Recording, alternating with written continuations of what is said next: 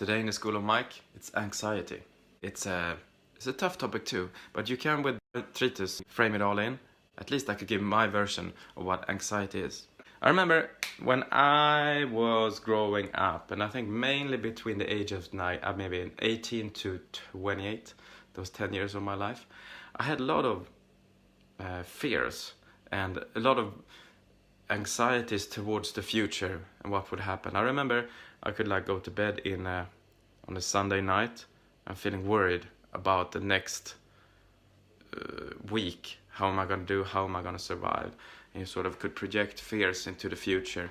And sometimes even if I have done something weird or, I don't know, some socially unacceptable things that I thought was okay at the time, I could be worrying about it and having fears and anxiety about it. The main anxiety that I had was really one that was very existential. That was like the main mother of my anxieties, I would say. It was as though I felt that within me, the silence within me was, at its core, it was chaos. How do you spell it? Chaos. Chaos. Swedish is chaos. Chaos. Chaos. I don't know. It was chaos inside. This is a chaos word. That's how I felt like.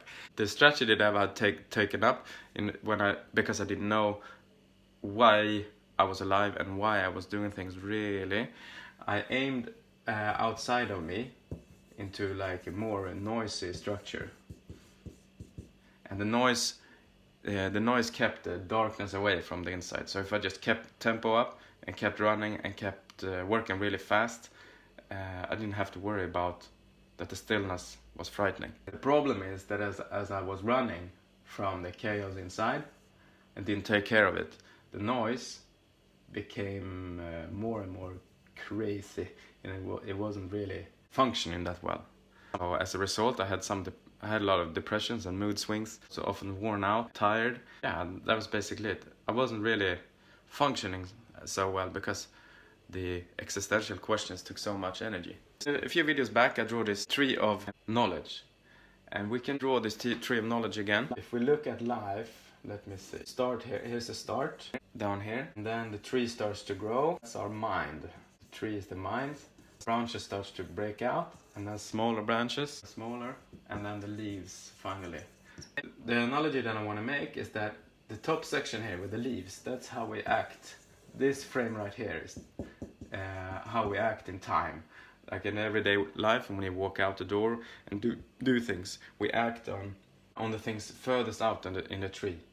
But as I've said in the early video, we can have a broken branch further down in our minds, like a deeper branch, or a very major thing. There could be all sorts of things where we have a broken branch that sort of we try to use in order to produce leaves. It's hard for us to stop and look down on the whole framework of the trees as we are out in our everyday lives. What had happened to me, I hadn't been able to spend time looking at the core structure of my knowledge tree for a very long time. The reason was that I was afraid of it, because the further, you can always say that this is noise out here, or perhaps even order. It's a nicer word. So the leaves out here, that's order, and the starting point would be chaos. Is that how we do it? Chaos? Never mind. You can also write silence here, actually. So if you have a structure that's stressed,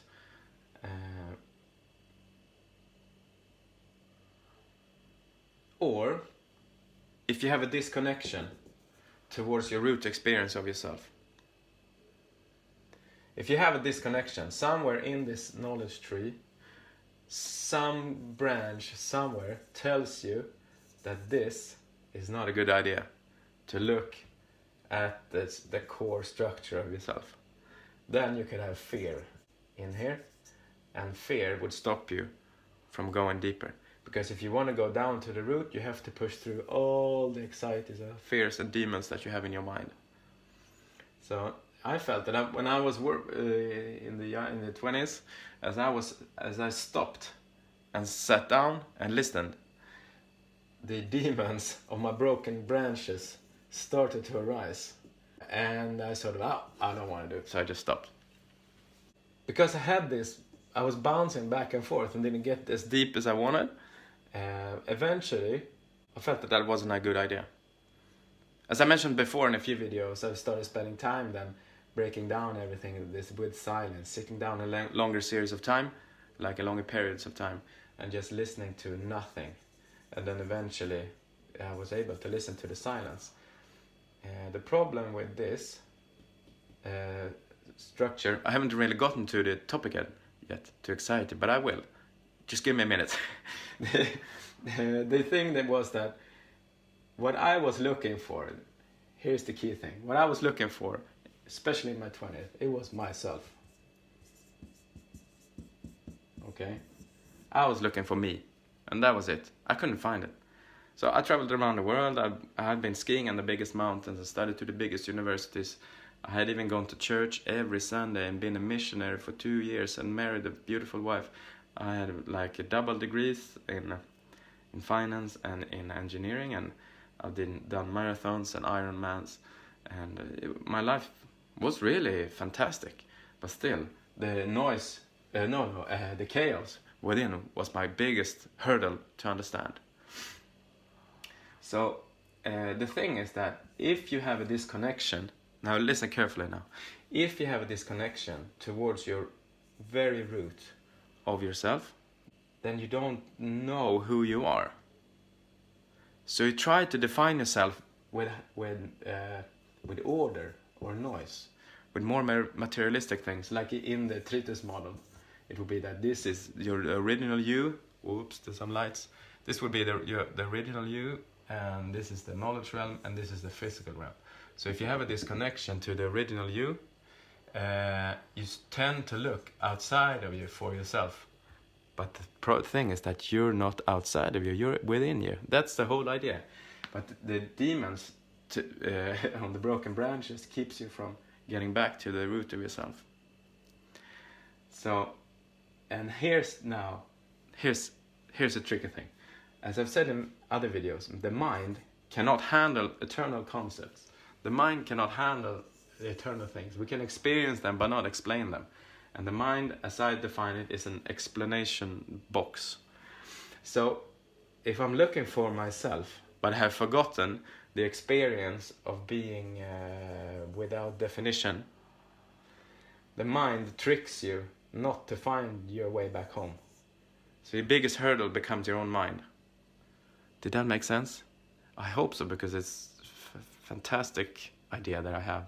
At least that's what I think. So the mind will trick you not to continue finding yourself, and it will fight against you almost with showing you all the demons that you have and everything. But I felt that as I fell down into the knowledge tree, or in the TRITUS model I would have fallen up. Those models are for some reason opposites of each other, or like upside down.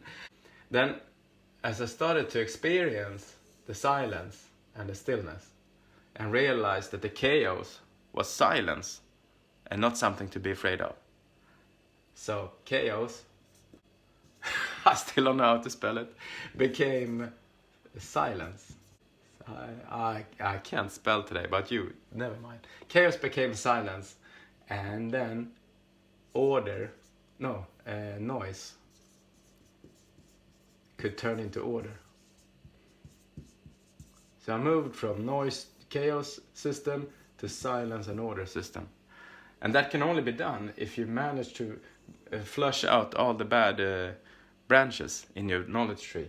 And that is the fastest way of doing this is to push through the silence all the way down to the very root, to the very start of your life, and look at yourself for who you really are, which is an eternal, fantastic being. And once I had this experience of who I was and why everything I was doing, I could flush out the old branches and redo them, remake them, and fix them. So now to the anxiety part. See, I should really have a new piece of whiteboard, but we can do it down here if we do it small. Okay, anxiety. Now there's an interesting thing with the mind. Can you see? Yeah. We have the mind here, which would also be this tree of knowledge. But in here we have the time 0. This is the present moment. Right here is now. Also now. The present moment is something that belongs to the top circle of the TRITUS model, which means that the present moment is undefined. Like you could say, how many now do you have in a second? And you realize that you have eternal amounts of now every second. So the present moment doesn't really exist because it has no definition, but so therefore it's a part of the eternities. Did that make sense? What I'm trying to say is that I've said it many times before, the mind, the rational mind, can never handle the present moment. The mind only thinks about opposites, which would then be something in the future or in the past. So our minds would be scattered across the present moment. And the only way to experience the present is to stop thinking. Many people have experienced this, I think, when they're dancing and chanting or playing football like really hard and laughing with their friends or things like that. In the next video I'll talk about happiness, and I will get back to this point. But then we have the anxiety. Okay, here we go. It was a long intro, like 13 minutes, just to get to the topic of today. But anxiety, I think it's spelled that way. Anxiety occurs when your mind projects death to either to the future or can relate to it from the past. So if we think of it, anxiety is always a part of time. Like anxiety has always is always linked to time. You think about, oh, what about tomorrow? What about the future? What if I die? And what with death, I mean that it's like a fear of something ending in the future, or you've said something in the past that makes something end in the future. So anxiety then is created by the mind as the concept of death enters. So if we wouldn't have the mind, we wouldn't understand that we could die, because we would have no time. Because time doesn't exist in the present moment. It only exists outside of it. So in this area, time only exists in these two elements. And here, there's no time. Ooh. No time here. So my solution then, so really what I'm saying is that anxiety is a result of the structure of the knowledge tree, and we can fix it by understanding that we live, by finding ourselves at the very bottom of ourselves. And then with that experience, you can flush out all the branches that keeps worrying you. So, I hope this really made sense, because it's a great idea, I think. And I will keep making more videos because I like it.